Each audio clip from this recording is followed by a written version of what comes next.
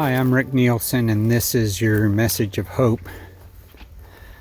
I'm up here in our woods, just walking along a trail. Got our two of our four dogs with me. Let me see if I can see. There they are, right up there. We're just walking along this trail. We usually run it. It's fine to be with these dogs. I'm going to tell you a little bit about them. Before I do, though, we've got something a little silly. We call them dog proverbs, because we learn so much from our dogs, and turning them into proverbs is fun to do sometimes. Makes people smile.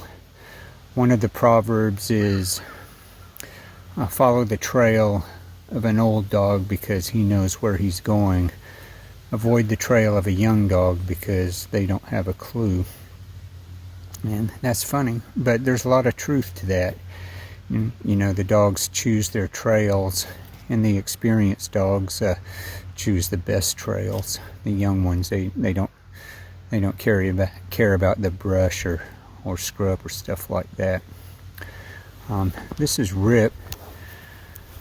Right here. Rip is my dog. Rip likes doing tricks too. Rip, back up. Back.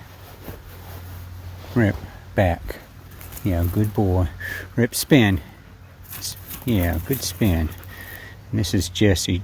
Rip is 9. Jessie is 8. They're actually half siblings. They have the same father. Jessie, back.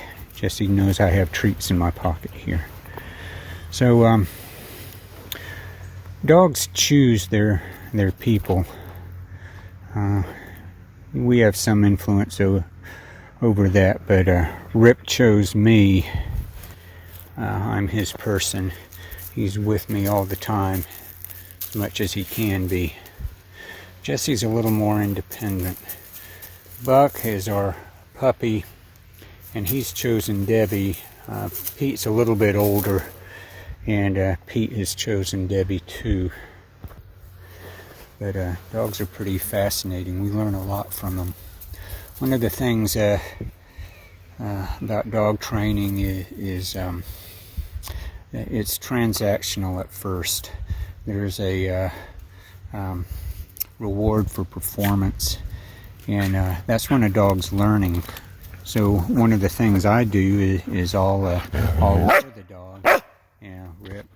So what I do is I'll lure the dog with a treat, and for a spin I'll just move my hand around like that, and the dog will spin. Rip, spin. Yes, Rip, stand tall. Yeah, and he knows these tricks. But they start with a lure, and then a reward for when they do the behavior that. And gradually you can stop rewarding the behavior, because it's just the satisfaction of doing what their person wants, or what the owner or whoever is in charge wants. And Rip just wants to keep the game going. So we seldom have to reward these dogs. So it ceased being transactional in cases like that.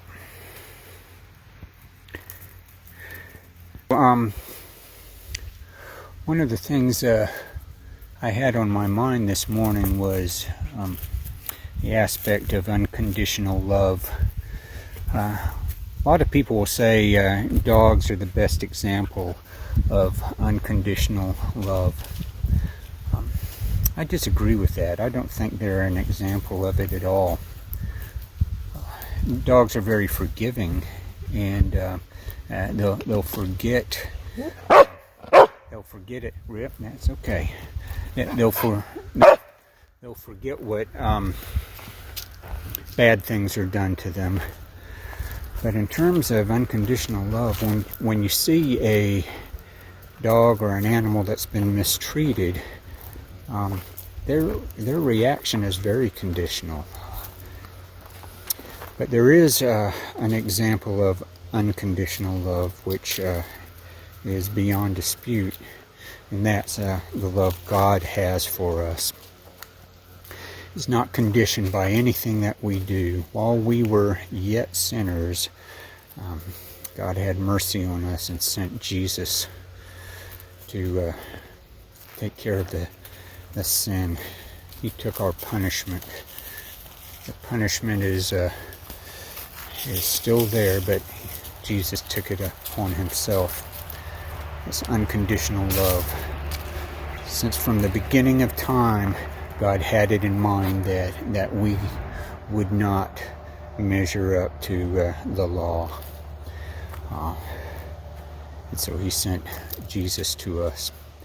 Jesus is the example of unconditional love. As good as dogs are, and they're very good, and they love us, but it's not unconditional. That's the message of hope for today. God bless you.